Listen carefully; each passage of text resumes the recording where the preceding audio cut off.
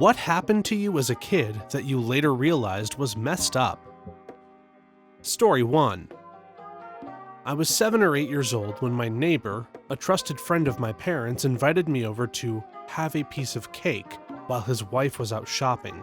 I was in his living room waiting for the cake when his wife came home early. He made me hide under the couch and told me to run home while he distracted her because she hated little kids. I didn't even think about it until years later when my brother told me about how the guy would give him sweets for letting him touch his privates. Yeah.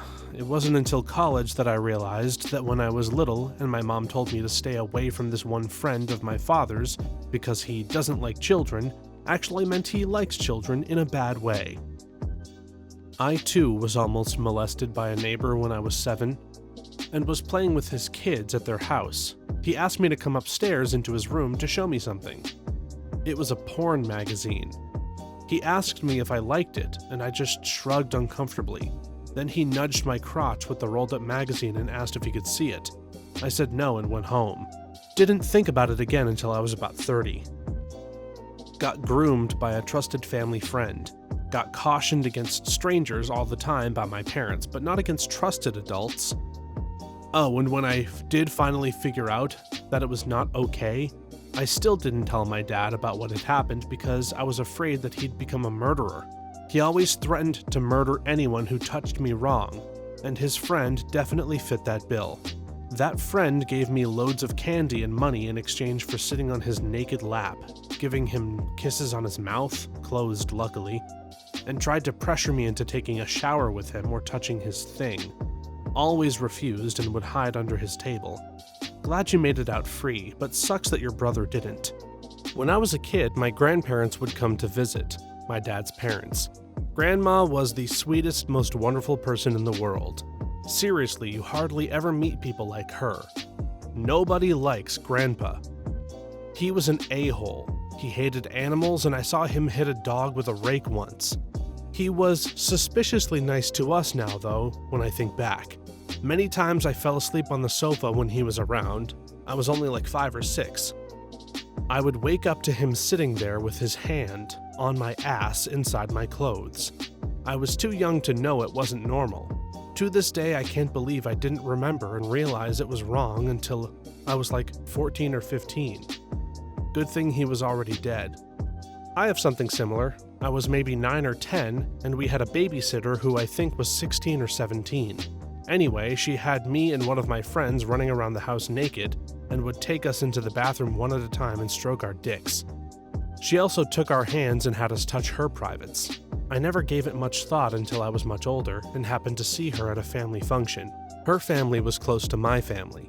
I just remember thinking, "You dirty little pedo. I remember what you did." I never confronted her or really told anyone, but yeah, that happened.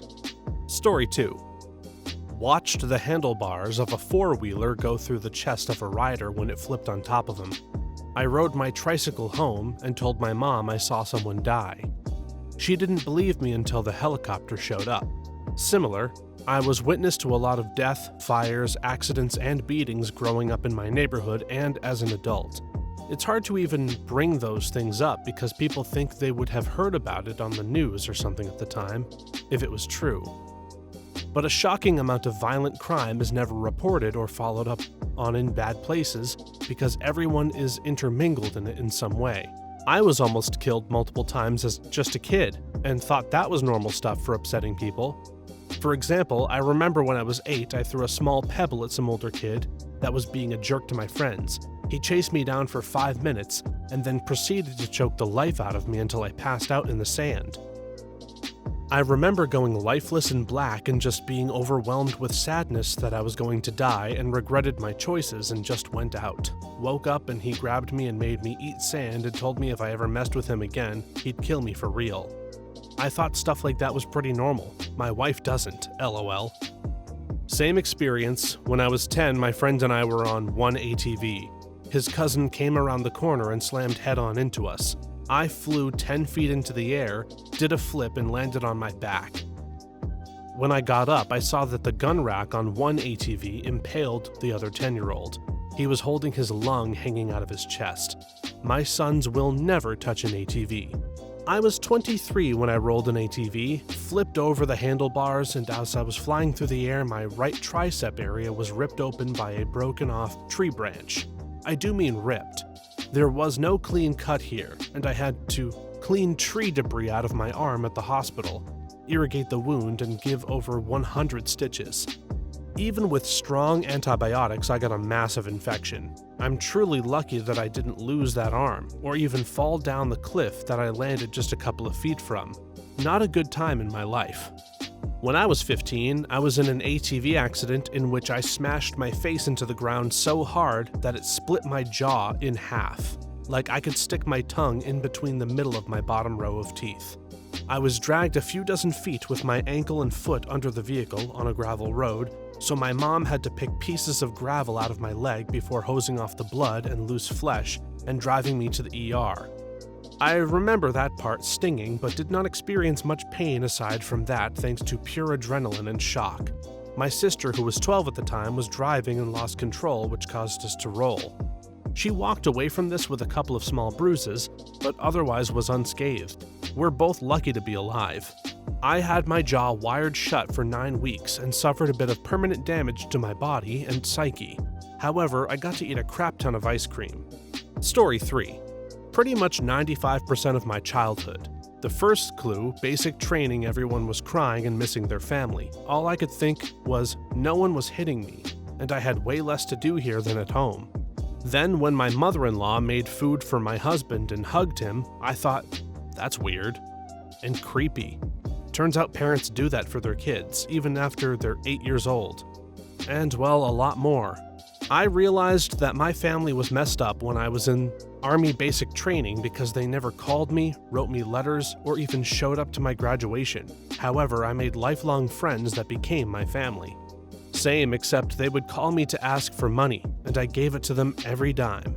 Every month, my entire paycheck. Then a drill sergeant informed me that financial abuse is also a thing. Made sense, since all throughout high school, all the money I made from working jobs went to them too. But hey, we made it out. Proud of you. Damn, I lied to my family about not getting paid. I went to basic last year during the winter, so I came home for holiday block. I refused to see them during that time because they wouldn't call me on Sundays, and they said they wouldn't go to my graduation even though they went to my cousin's Navy boot camp graduation. So I blocked them since December, and I haven't looked back, since although they have been using fake numbers to contact me, I'm thinking about changing my phone number because I'm tired of blocking numbers. But I'm glad we both made it, because if I didn't leave for the military, then I still would have to put up with the physical and emotional abuse, and I'm proud of you too. Had something similar. Took me years to realize my parents were in fact idiots that had no clue or intention to love. Turned out, I was one of those kids made to save a broken marriage. People around assumed I had, like everyone else, a normal family, and I was just well-behaved and quiet. In reality, I was scared and traumatized most of the time. Eventually, I met people who were in fact normal and nice and comprehend the reality of home. Took me about 15 years to do it though. You and I have had the same experience, same words, same long-term trauma. I ended up in a kids' assessment home where I was raped because you'll be leaving home at 16. I will? I was 11. Why should I give up on your last chance for happiness just to give you a house? I could add a lot to this story. I might one day, but even now my eyes are moist. This was about Mum meeting my future stepfather, whose kids hated me and especially Mum. Easier to lie about me though. And oh boy did they. Mum's 90 now, I'm 54. That crap never leaves you, but it gets easier. Story 4. I got stuck in a chair that had a metal spring in it. It broke and went into my leg. My mother and babysitter didn't do anything about it. My mother even laughed. My leg was bleeding and it hurt like hell. I had to sit in the chair for 4 hours. I couldn't walk. My leg was swollen for a month. I hurt my hand, was in absolute agony, told my mom and explained how bad it hurts. She didn't believe me because it didn't look like I was in pain. 2 weeks later, I said it was still hurting and got taken to the hospital. They took an x-ray and one of the metacarpals was completely snapped in two. Because the injury was 2 weeks ago, it had started to repair itself, and there was nothing the docs could do. I still have the bump in my hand from the bone fixing itself crooked. We had a large tree in our backyard as a kid. I fell from the top, hit numerous branches on my way down, smashed my back into the ground, was knocked out. What I can remember is my mom dragging me to the bath as I was covered in blood and getting screamed at because she was missing her show.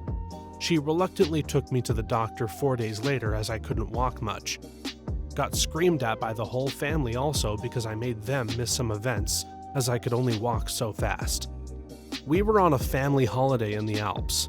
I was wearing Wellingtonians as we hiked up one of the mountains with just normal socks on in the wellies. In 11.8 inches of snow, I kept complaining that I was cold. Neither my mom or my dad listened to me until we got back from the 3-hour hike to the car and they took my wellies off to reveal blue feet. Actual blue feet. My mom's response years later, "We thought you were just whiny like your sibling." My sibling turned out to have a devastating autoimmune disease that kept them very ill. They once broke a bone and my parents thought she was whiny as usual until it swelled up so much in the evening they had to take my sibling to the hospital. Yeah, my mom does not have empathy. This reminds me of when I was younger. There was this kid who was bullying me when I would play outside. I have 6 siblings, so outside was less crowded because the older kids didn't let me play with them. One day, the bully got a bar that had broken off one of the steel fences and he hit me in my forehead, and I was bleeding. I had blood dripping down my face and I went to tell my mom, but she told me that's what I get for playing outside. Story 5. When I was 6, I saw my grandma fill a syringe with some sort of medication in a foil cap vial. She offered to give me some and said, "It doesn't hurt." Being a 6-year-old kid, all I knew was, "Me no likey scary needles." Now as an adult, I regularly ask myself what the hell she was trying to do to me. Marianne, you are not missed. My grandma was a great woman who would have gone through hell and high water to make sure I was safe, but she absolutely would have offered me some medicine like that as a joke. She would never give it to me, but she jokingly threatened if I misbehaved, in an obviously messing with me kind of way. Not saying that's what Marianne did, just reminded me of my own grandma's humor. Not as unhinged as this, but my grandma had a large shelf in her pantry with all sorts of medication, and she'd often try to give us old prescriptions when we had medical issues. She wasn't very intelligent overall, so I'm sure she wasn't always recommending the right things. My parents told us to never take the drugs she offered. I'm certain she was genuinely trying to help, but she was making poor choices. My mother-in-law hates me so much and is so unhinged, we don't let her see our child or us, getting a restraining order soon because knowing her hate for me would fuel her hatred towards my son. Especially after finding out that we are going to be changing my last name back to my maiden name, and my wife isn't going to share her last name anymore. Story 6. At my local YMCA, they would get all of the little girls, 5 to 10 years old, and have us gather in a room before swim class. We had to stand in a circle, undress completely, and switch into our bathing suits. There was always a man watching us do it. He was part of the staff, but he was not the swim coach. When I look back, it seems like a fever dream. I have a weird memory like this. At nursery school, I was around 3 years old, female. One of the little boys had been naughty, so they decided to punish all the boys by getting them to stand on chairs in a row, naked from the waist down. I remember it clearly and hear the quiet crying. When I was in the 6th grade, we had a teacher in training, that was studying to be a PE teacher. He would insist that our main PE teacher wanted him to sit in the locker rooms when we shower after class to make sure we don't vandalize anything. Everyone thought it was weird, but not so much that we made a fuss. He just sat in the corner and stared. He tried the same crap with the 9th graders, and they mobbed him, tied him up with rolled up towels, and locked him in a storage room. He quit shortly after, LOL. Think he lasted a full 2 days. At the time I thought, pedo, without really grasping the full consequences of what they are capable of. Just a weirdo. My 3 sisters and I all went to a parochial Catholic school that at one time outsourced our gym class to a YMCA that was close enough to walk to. One of the instructors, a grown-ass man, was giving instructions to my older sister's class like 5th or 6th grade on using some equipment. Don't recall what. And the young girl from her class who was being used in this demonstration needed assistance, and he very inappropriately grabbed her in the private parts of her body while explaining to the class that he was demonstrating to that this is all right if you need to grab someone this way to help them. Our school eventually cut ties with that YMCA, and we just had gym class in our small rec.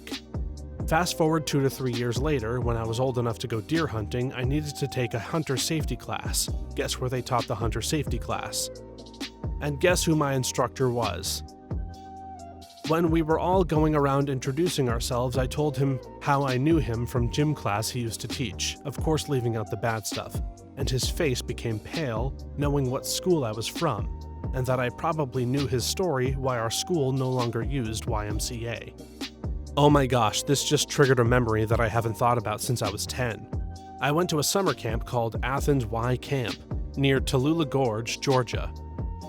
A lot of memories are coming back from that right now, but one that is super suspicious is that on the last day we were playing games in a field while it was pouring rain, kinda like tug rope and sack races and stuff like that.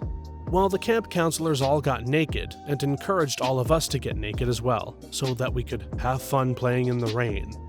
I remember a dude's junk swinging everywhere and being pretty uncomfortable with it. I declined to get naked, but a lot of the other kids didn't, and it was all around a really weird experience.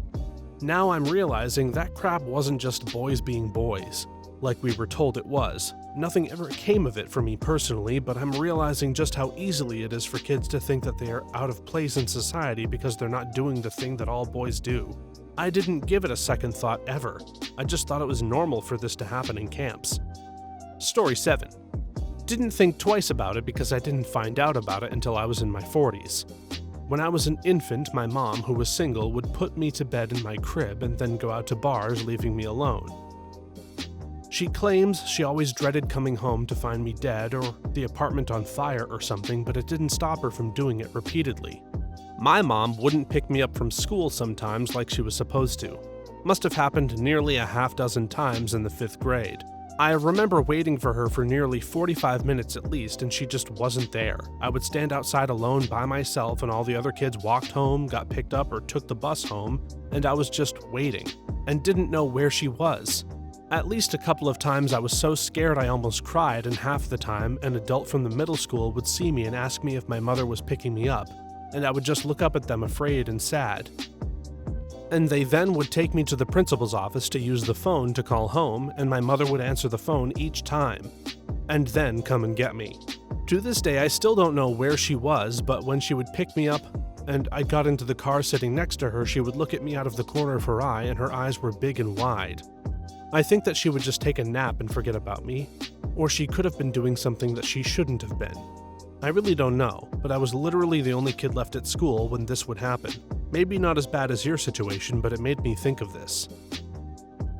My brother and I weren't allowed to have a key to the house because we were too young, though this remained the standard all through high school. And as early as me being 6 years old, I would come home from school and discover the door was locked and no one was home. Sometimes the weather was terrible. I remember distinctly trying to shield myself from a hailstorm. The neighborhood we lived in at that point was terrible, and I would be sitting there on the curb, and sometimes cars would slow down and men would talk to me. Sometimes I would be out there for hours trying not to poop my pants. We moved to a safer neighborhood when I was around 9 years old, but we still had the same problem. Luckily, we could get into the backyard. My younger brother and I started to leave swimsuits and towels in the backyard so that on the 100+ degree days we could go swimming. We're lucky we're not dead. Both of us still have hang-ups about being locked out of the house. Story 8. We used to keep lip gloss in the car for when we visited my dad in jail so that we could kiss the glass and he would kiss where the lip gloss mark was. We called it jail lip gloss. I grew up with my dad in jail too. He went when I was 7. My mom told me not to tell anyone, so I fabricated this whole amazing life he had in California. She would also hold court before family gatherings to get our lies and stories straight. Not even about my dad in jail, stupid stuff like grandma couldn't know we went on vacation, and don't tell your aunts about the cat. It taught me as an adult to just lie about my life constantly to the point I don't know what's real. I wish I thought of this as a kid, to be honest. All I could do was cry against that class as my mom tried to pry me away from it. Watching my daddy cry as he was taken away by the officers. Knowing it was our last visit for a long time was the worst. My dad was imprisoned 6 hours away, so it was a once-a-year visit. I knew this entire situation was messed up though, especially going to an elite private school where I was not only the only kid without a two-parent home, but the only kid with a dad serving a 25 years sentence behind bars. Story 9.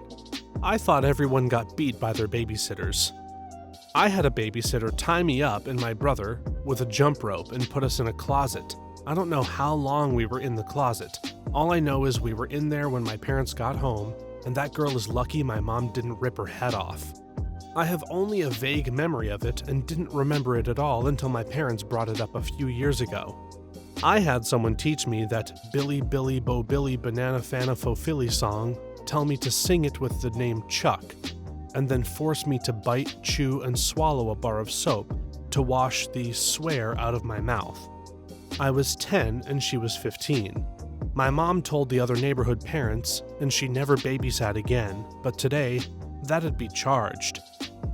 Our neighborhood babysitter finally got her comeuppance when our parents realized the reason we were so hungry after being there was because she refused to feed us, at least the girls. She was larger and would eat in front of us, saying that we shouldn't eat because we would end up obese like her. This was a woman in her early mid-20s telling this to young prepubescent girls. Her words stuck with me for a while, but thankfully my mom caught on quickly to quell any disordered eating. I had repetitive daycare center and home daycare traumas. I think my earliest injustice was not being able to sleep on my cot at nap time. I lay there and just couldn't fall asleep. I wasn't a hyperactive child, but it annoyed the daycare provider, so my consequence for this was to be forced to put the blanket over my head, which made it difficult to breathe, and the teacher put her feet in my chest, like I was her freaking ottoman for the rest of the nap, which made it harder yet to breathe. I was probably about 4 and scared. From there, it was home daycare situations that were worse. Home daycare in the 80s was wild. I would come home with black eyes from the owner's a-hole children, taught to masturbate by another batch of kids at another place. When I had kids, I flat out refused to allow them to be in any type of care outside of close family, non-negotiable. My sister and I had a babysitter who would sleep in my parents' bed and wake up just moments before my parents would get home. One time, we were being extra rowdy while she was asleep, so she put us in a hall closet that was locked from the outside, and we were in there crying for hours. So long, my sister whispered to me that she thought she was going to pee her pants. We fell asleep in the closet and my parents came home and found us. She was outside smoking when they got home and told them that we were playing hide and seek. Story 10. 1980, grade 10, I'm walking home from school, standing at a busy intersection waiting for the light to change. A kid ran by me, against the light, and into traffic and got hit by a car. I was only slightly aware of it happening. I heard the crash and then turned my head to see him pinwheeling through the air. He landed perfectly upside down with a sickening crunch directly on his head. I ran over to him where he was face down in the street, rolled him over and cradled his head in my lap. There was blood pouring out everywhere. I recognized him as a popular senior who was on several sports teams, but I didn't know his name. He was looking up at me from these incredibly blue eyes with a mixture of shock and confusion. As I watched, his eyes went from bright blue to medium blue to dull gray as the life leaked out of him. His lips moved wordlessly. He made a gurgling sound and then went limp. Sometime later, the EMTs arrived, and after quickly searching for a pulse, they announced him dead and didn't attempt resuscitation. When they picked him up to put him on the gurney, the back of his head opened like a trap door and some brain matter fell out onto the pavement. The EMTs gave me some towels to mop up the blood that I was covered in. The cops took my statement, and I was sent home. As I walked through the crosswalk where it happened, I saw the kid's Adidas sneakers, laces still tied, one pace apart, not even knocked over. When I got home, my mom was initially mad at me for ruining my pants until I explained what happened. We never really spoke of it again. I largely forgot about it. No one got counseling in those days. 1994, 14 years later, my wife and I are watching Star Trek: The Next Generation, and there's a scene where Geordi is connecting some cables to Data's head. and when he clicks a button, a flap opens on his head, and I freaking lose it. I was sobbing uncontrollably, and I scared the crap out of my wife. I needed multiple counseling sessions to handle the emotions surrounding the event that I never dealt with at the time. Story 11. When I was 11, 1971, a man snuck up behind me while I was playing pinball at my favorite arcade. He was standing really close and kept putting down dimes so that I could play more games. He asked me multiple times if I could feel that. I didn't feel anything except that it was strange that he was standing so close behind me watching me play. Every once in a while he would press closer and closer and ask again if I could feel that. No idea at the time what that was supposed to feel, as I could not actually feel anything. After some time I said it was my time to go home and he offered me a ride. As he dropped me off across the street from my house, he asked if I wanted to go to Disneyland tomorrow and to meet him at the arcade after school. As a good kid, I should tell my mom, single mom, 4 kids, about this nice man I met. She showed concern and told me that if I ever saw him again to run away and come straight home. I was in my 30s when I thought about this one day and realized I was super close to being kidnapped and probably molested by a stranger. I do wonder why he didn't, since he had me in his car, but I am thankful for whatever reason he chickened out. I hope he never tries again. Story 12. My dad's friend drove to the house when I was home, told me he had a Nintendo in his car, and invited me to check. I told him no thanks. When my dad got home, he said he had no idea who that person was, and that he didn't have any friends come by that day. Forgot about it until my dad brought it up a decade later and realized that could have been a lot worse. Had that happen on a walk to elementary school, less than a block away from the school entrance at that. The guy in a car shows up telling me my parents called him to pick me up. They were in a car wreck and at the hospital, and that he'd take me to them. I saw a kindergarten cop and just yelled, "Stranger danger!" and parents in the area ran over to escort me the rest of the way to school as the car sped off. Unnerving to think what would have happened had I believed him. For a lighter story, my dad had a mustache almost his entire adult life. Every picture he has is the same one. One day, as little kids, my twin brother and I wondered what he would look like without it. My dad decided to shave it off right before he came to pick us up from school. I recognized the truck and could make out my dad as the driver, though it was weird. My twin brother, on the other hand, refused to get in the car with him and started crying until we could convince him. Funny looking back, but I can only imagine how my poor dad felt surrounded by parents and teachers trying to convince a hysteric kid to get in the car with you. I was a crossing guard in elementary school. I was 10, I think, so I was a bit down the street from school helping the younger kids cross. A car pulled over and said he needed help getting directions to a certain place. It was like 2 blocks up, and you could see the sign for it, so he didn't need directions. He asked if I could go with him to show him the way. I remember feeling nervous and I didn't say anything. Our recess duty was nearby and came running up and told him to go away, and she stayed with me until my parents came to pick me up. I always wonder if that man was trying to kidnap me. OMG, memory unlocked. When I was 6 or so, I was at the mall with my mom and there was a show going on. A stage in the middle of the mall. Regularly had performances like dancers and singers. I started dancing along with the people on stage, and a lady walked up to my mom and kept saying how cute I was and how I should join their dance class. She was overall just being really pushy and weird. Then I said I needed to use the bathroom and the lady tried to go with me. My mom noped out of there real quick. A few days later, we found out that there was a van right next to the bathrooms that was snatching kids as they went to the bathroom, and that lady was the one helping lure kids there. Truly terrifying. Story 13. My father brought me to the beach with a woman I didn't know when I was 3. We were living in the middle of Illinois at the time. Turns out he kidnapped me and drove me nearly 2,000 miles to his hometown. The woman turned out to be a 16-year-old girlfriend of his, and he was married to my mom for over a decade at the time. He was 35. He and mom are still together 24 years later, and your guess is as good as mine as to why. My mom was telling me about this and told me the nickname the girl would call me, and the whole thing flashed back into my memory.